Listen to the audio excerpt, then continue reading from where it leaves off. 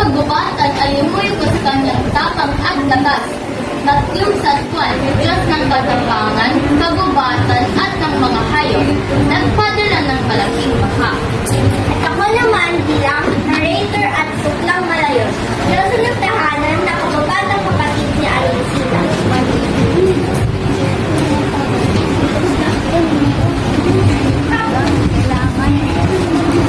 Ang hinilaw mo ay isang ilog ng kabayanihan na patuloy na kumagabay sa puso ng bawat Pilipino.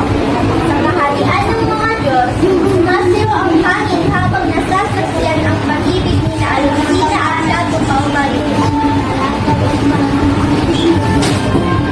Minamahal ko anak, sa tamang ikalak ng upang maasawa, kung saan kawakaan at mamakatinda habang buhay, dapat ang lalaki at iyong isipin ay sa Diyos at hindi isang hamak na mortal. Ngunit ama, iniipig ko si Dato Paubalik, harian ang nilawad at sila gumapakilanda sa aking puso. Isang mortal! Ang langit ay luluha kung tatalikuran mo ang iyong pagkadosa.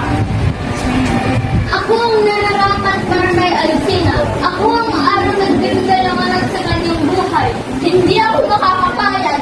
Ang aming pag-ibig ay isang punong matatag na hindi mabukwan ng anumang mundos.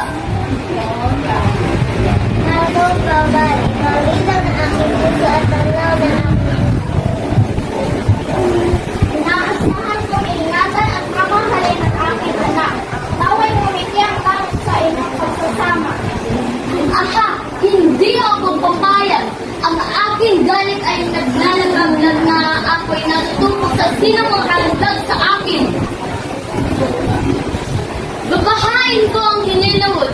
Ang ilog ay magagalit at kaya kami ng buong lupain. Nang umiyak ang kalangitan